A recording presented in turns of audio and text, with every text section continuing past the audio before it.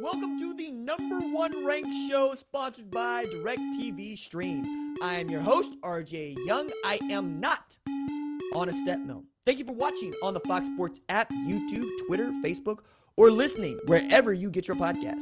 If you're watching on YouTube, please hit that subscribe button. Today, we have to talk about Oklahoma losing to Baylor, Alabama's strength of schedule, and what did we just watch in Austin, Texas? Let's go. It's the #1 ranked show.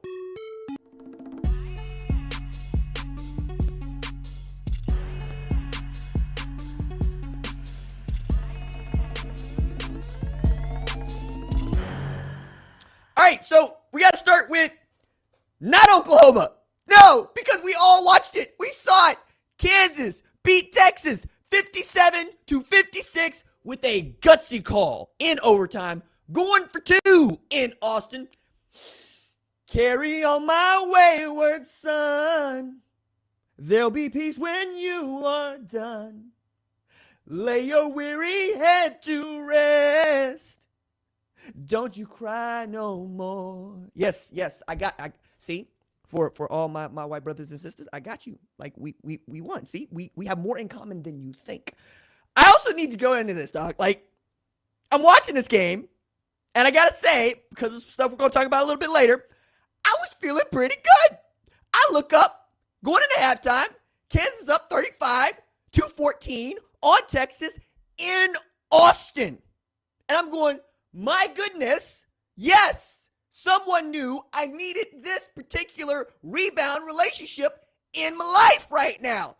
Then I look up, Kansas goes up 42-21, doubling up. Texas, Kansas, it's 1-8, all right? But of course, we had to get some drama there at the end. Okay, so that 21-point lead goes to absolutely nothing. Zero, zilch, nada. Even when it felt like Kansas was going to escape with a 49-42 win, as much as it is kind of stupid to say escape 49-42, that's what it was going to look like. And then Texas comes on strong, ties it up, because nothing is more Texas than wanting to snatch defeat out of the jaws of victory. So they had to see this in overtime. So they get the ball, and they go score, and they go up 56-49. All right, cool. Kansas says, it's fine. It's fine. We got Jalen Daniels, who we wanted a red shirt, but we going to run him.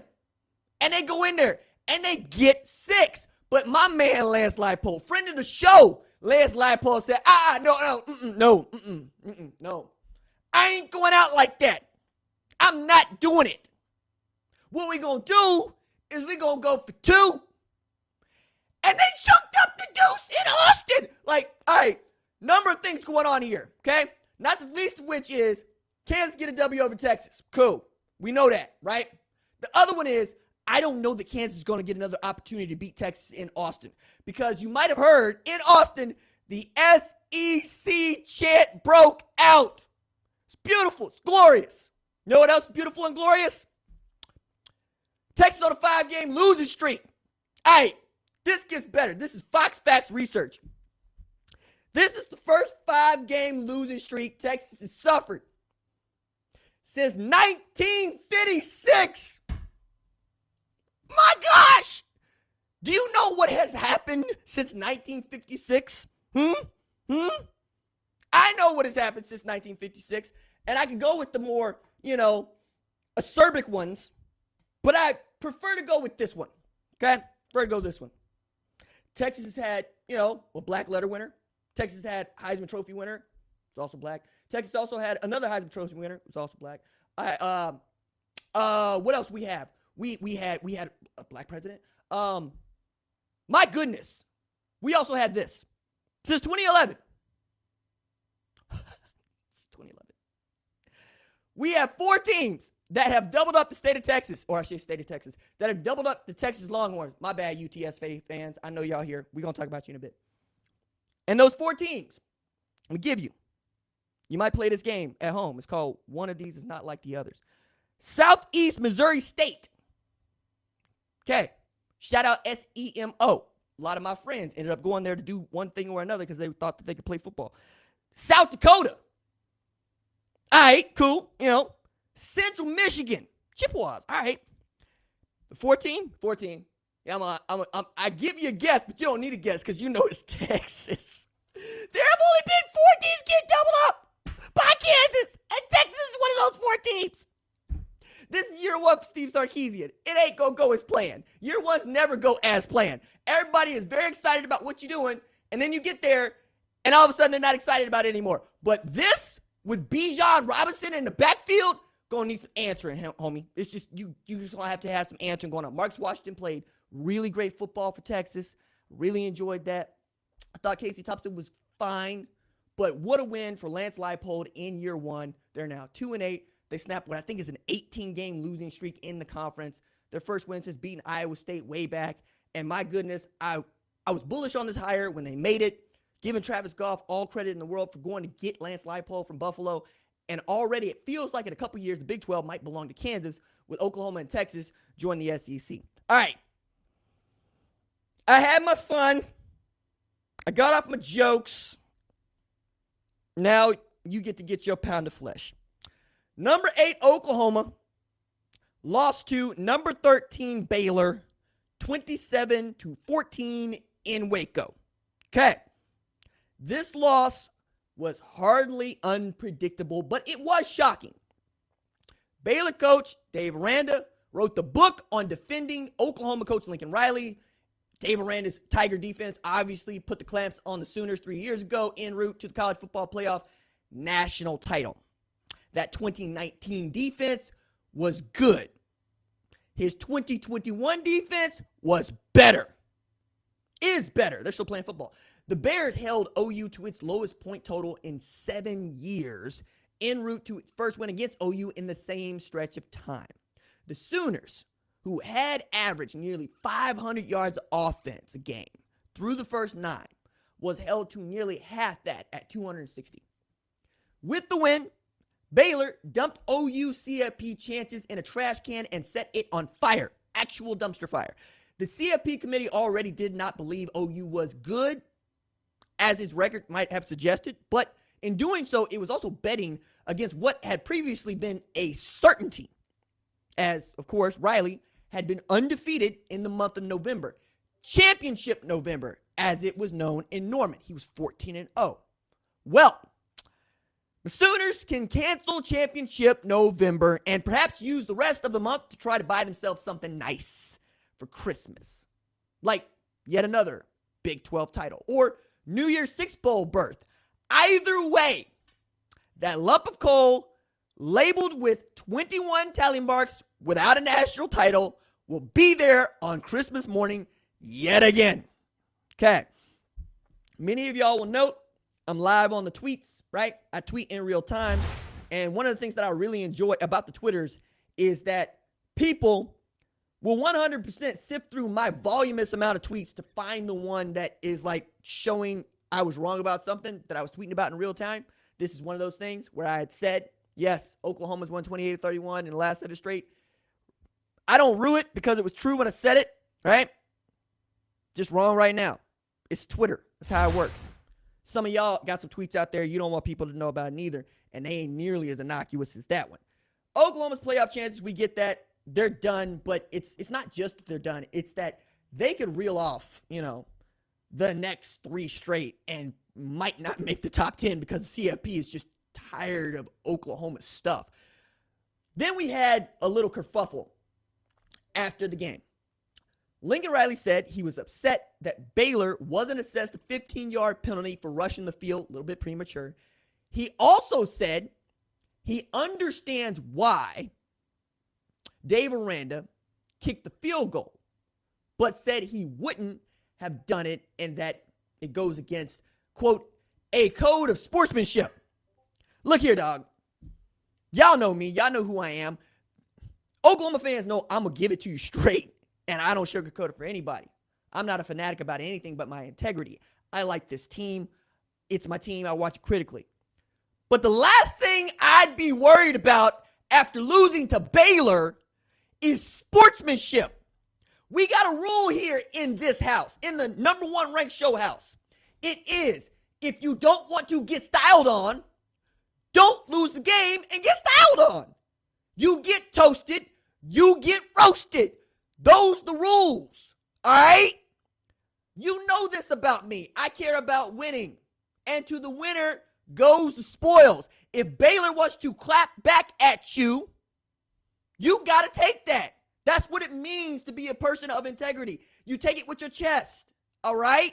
That don't mean that people get to act all silly with you and be stupid, right? Because you got what not. That's not what I'm talking about. If David Randall wanted to go get the extra 3 points with a field goal, that is his right. It's football. That's what you do. Okay. Now, speaking of clapbacks, in a very special edition of We Outchea, number one ranked show fan, clapbacks are here for you. All right. I had put this out on Twitter. I had said, look, if you got a good clapback, I'll read it on the number one ranked show. Because that's how I am. I looked up in like 15 minutes. We had like 150 replies to that tweet. Y'all have things to say. So producer Cat did us all a solid and got out the best of those. The first one is from Woo Damn Pig. Love that. I'm just glad I don't have to wake up to a tweet asking if our team is undefeated. I mean, that's not necessarily true. Y'all been on the brink of losing all season. Glad that's over. Amid, or what is it? And we don't have to waste a playoff spot. I mean, cool. I'm glad you got that off your chest. I'm looking for jokes. I thought y'all was going to be funny. That's not funny. That's a little too, like, on the nose, as a matter of fact. You know, just take this opportunity to be creative. Give us all some comedy. Maybe. All right. Maybe this second one holds up. Second one is from Kevin. I guess strength of schedule really does matter. OU undefeated until they played their first actually good opponent of the season.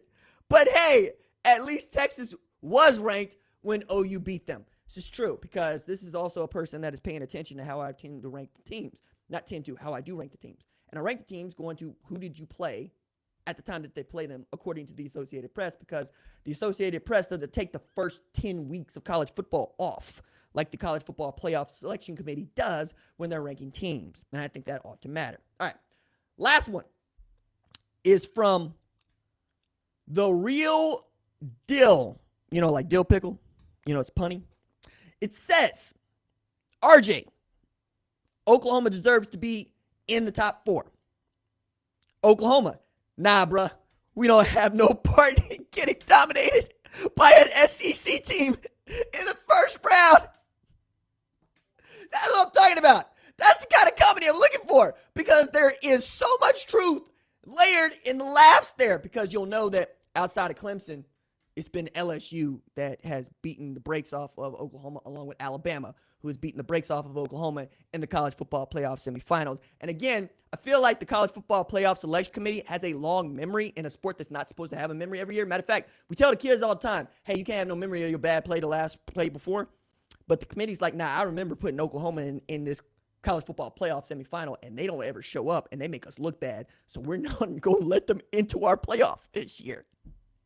Who they might actually let into their playoff this year is number 4, Ohio State, who stopped out Purdue, stopped the train in its tracks, 59-31. And it's a really good win because College Football Playoff Selection Committee not only ranked them at number 19, but Purdue had proven they're giant killers, all right? And I thought going into this, perhaps if nothing else, Aiden O'Connell and David Bell would show you what's really good in the passing game.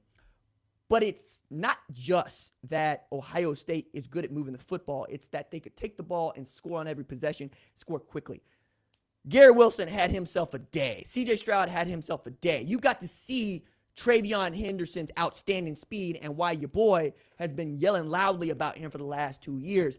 Offensive line still very good. Those 3 wide receivers that they have, Jackson Smith and Jigba, Chris Olave, Garrett Wilson, it's the best trio in the country. And then you can get Julian Fleming, Marvin Harrison Jr., Emeka Egbuka all off the bench without breaking a sweat. Matter of fact, the way I always put this is the 4th best wide receiver at Ohio State in 2020 was Jamison Williams. He is the number 1 wide receiver at Alabama, who the committee ranks at number 2. Okay, Ohio State has played 10 games and scored at least 50 in half of them. To date, that offense is the nation's best chance to threaten the Georgia defense. And I mean that. And been actually yelling about that for some time while Ohio State fans going, can you please shut up about Oregon? I'm like, nah, I'm not, because you lost. But offense has always been pretty good. And I was caping for C.J. Stroud when y'all weren't caping for C.J. Stroud, and I'm not going to let you forget it. Just like you don't want to let me forget about Oklahoma and whatnot. Yeah, this is how this works. We remind each other of our faults instead of reminding each other what's really cool about each other, because that's what the sport has become. Also, we need to add big-time commitment for Ohio State today when, yes, 5-star Sonny Styles commits to Ohio State, 2023 type, the 5th highest rated recruit out of the state of Ohio that Ohio State has landed since the rankings have occurred. Sonny Styles is an Isaiah Simmons type of player. I think that he's one of the 3 best 2023 players in the country for me, right? Arch Manning being one, Malachi Nelson being another, and then, of course, we're talking about Sonny Styles. His brother, Lorenzo Styles, plays wide receiver at Notre Dame, actually had a big game tonight. They were thought to be the leader, and then today he dropped the bomb that he's going to, we think, end up playing at Ohio State. That means you're going to end up with him, C.J. Hicks. I mean, you can do anything you want with Sonny Styles. You can do almost anything you want with C.J. Hicks. And it's a huge defensive commitment for an Ohio State team that is really still building toward a dominant defense in the way that it has a dominant offense. Not a small thing. All right. Number 6, Michigan, who I still think is overranked, defeated Penn State 21-17. They improved to 9-1. Michigan's win against Penn State means the Wolverines can play for more than their pride in the game this year if they get past Maryland, and they should next week. The game would likely decide who the Big Ten East champ is, and if the B1G winner wins the conference title coming out of the East, it's got a shot to make the playoff, right? That's what this is about. Michigan still has not beaten a team that I think of as being good. Penn State, take them or leave them if you want to. I choose to leave them. I thought that they had an opportunity to show us what's really good against Michigan State, and they gave up a 30-14 lead and lost 37-33, right? To a Michigan State team that got beat by an actual train, got run over by an actual train, that got run over by an actual tree called the Buckeyes. I don't buy into Michigan. I haven't bought into Michigan. That's not new, but they're giving themselves a chance, and that's all you can ask in college football, because I'm the dude saying anything can happen on a Saturday, and I'm not the guy looking at people's recruiting rankings going, that team ought to beat that other team, or I should say that team could beat that other team, rather than did that team beat that other team. So we'll watch and wait and see. Michigan, low-key, because of the way the CFP committee's doing these rankings, still has a chance to win a national championship, and I don't think that's being yelled about outside of Ann Arbor. Number 18, Wisconsin shellacked Northwestern. My goodness. 35-7. Braylon Allen, absolutely outstanding. Looked great with Ches Malusi being out for the season. Of course, Minnesota was at Iowa. Iowa manages to get a win, so we got a little moving and shaking in the Big Ten West. Wisconsin still very much in charge, and it feels like right now it's theirs to lose, okay? What would need to happen is Wisconsin would need to lose to Nebraska and then lose to the Minnesota team that just lost to Iowa for Iowa to get into the Big Ten championship game, because Wisconsin has already beaten Iowa. See, I did all that work for you just to say if Wisconsin wins out, they're going to play probably Ohio State or Michigan in the Big Ten championship, and that feels like chalk all the way through it. All right. Quickly, number 1, Georgia moves to 10-0 with a win against Tennessee. UGA walked in allowing just 59 points total. That is the fewest since 93. Florida State allowed 58 in the same amount of games. Somehow, Tennessee was able to get into double digits and score the most points of any team that has played Georgia this year. Now, score is 41-17. But I do want to harp on the 17 for just a second, because I didn't think Georgia would be able to respond to an outstanding offense that could play with them. Now, the defense just might be so good and so juggernaut-ish that it might not matter, because I thought the Tennessee perhaps is the best offense that they're going to face outside of perhaps Alabama in the SEC championship game. And then that's why I've said Ohio State is the nation's best chance to challenge Georgia's defense, because that's what it's going to take. You're going to have to put up 35 on them to beat them because I don't think that offense is capable of putting up 35 by themselves for reasons, and not the least of which the reasons is Stetson Bennett. I just don't buy that he is that dynamic quarterback. But then again, outside of CJ Stroud, I'm not sure who I would expect to go down there and get me a bucket in college football this year, and that's saying something. Okay, who has the best chance to beat Georgia? Yes, it's Ohio State's offense, but outside of that, like on both sides of the ball, it's getting difficult, right? And I thought we would learn something again about Alabama, but not this week. Number 2, Alabama destroyed New Mexico State in a game that should have never been on their friggin' schedule. Is this what y'all want? Is this what you mean when you're out here telling me that every game counts, that college football has the most important regular season of any sport, which is a bold-faced lie because I am a cultured and well-rounded individual, and I know that every one of the 38 Premier League games played absolutely matters more than the 10 plus and 2 high school teams that Alabama plays every friggin' year when we have this conversation. I'm looking at you too, Georgia. You got Charleston Southern on your schedule. Get them off of there. This is why I want a 16-team playoff. It's not just because I think it's more fair. It's because I don't have to yell about New Mexico State being on your friggin' schedule if you're playing in a 16-team playoff because everybody will get in that should get in. 10 conferences, 10 conference champions, 6 at-large berths. You see what I'm saying here? This way, Notre Dame can get in. I bring that up because Notre Dame is now 9-1 after destroying Virginia 28-3. I say destroying. There's no Brennan Armstrong in that game. I think it's a different game if he's playing because he's that dynamic of a player. As a matter of fact, maybe he can go get you a bucket. But it's also wild interesting to me because Notre Dame continues to be Miss Independent. You know, what we who have pledged fraternities, shout out throwing up the hooks, call a GDI. Okay? What I'm saying is a data point, part of the college football playoff criteria, its protocol includes conference championships. Did you win one? Well, Notre Dame, who is in an entanglement, an open marriage with the ACC, does not play for conference championships. Does that preclude them being in the top 4, getting in the playoff? No, it hasn't in the past. Last year, though, we got to say they beat the eventual conference champion in the ACC in Clemson. That ain't going to be the case this year, okay? Because we're really talking about Pitt and Wake Forest. All right, so number 12, Wake Forest gets an outstanding win against number 16, NC State, 45-42. Sam Hartman continues to throw out there and just sling it, right? I thought that perhaps if NC State was going to be about something other than beating a Clemson team that we all figured out is bad now, it was going to be in this game, and it was close, right? It's the kind of game that you really want to see Wake Forest bounce back from after losing 58-55 to North Carolina last week. Still means that the ACC champion is probably going to be left out of the college football playoff, and that is going to be interesting because we could be looking at a Wake Forest playing against, I don't know, a Cincinnati because the college football playoff selection committee still hasn't put a group of 5 team in its top 4 because they hold a grudge for whatever reason. But to Clemson, and the most likely piece of this being Pitt, right? Because it's not just that Pitt looks good. It's that Pitt is playing like it wants us to forget that it put money in the bag against Western Michigan.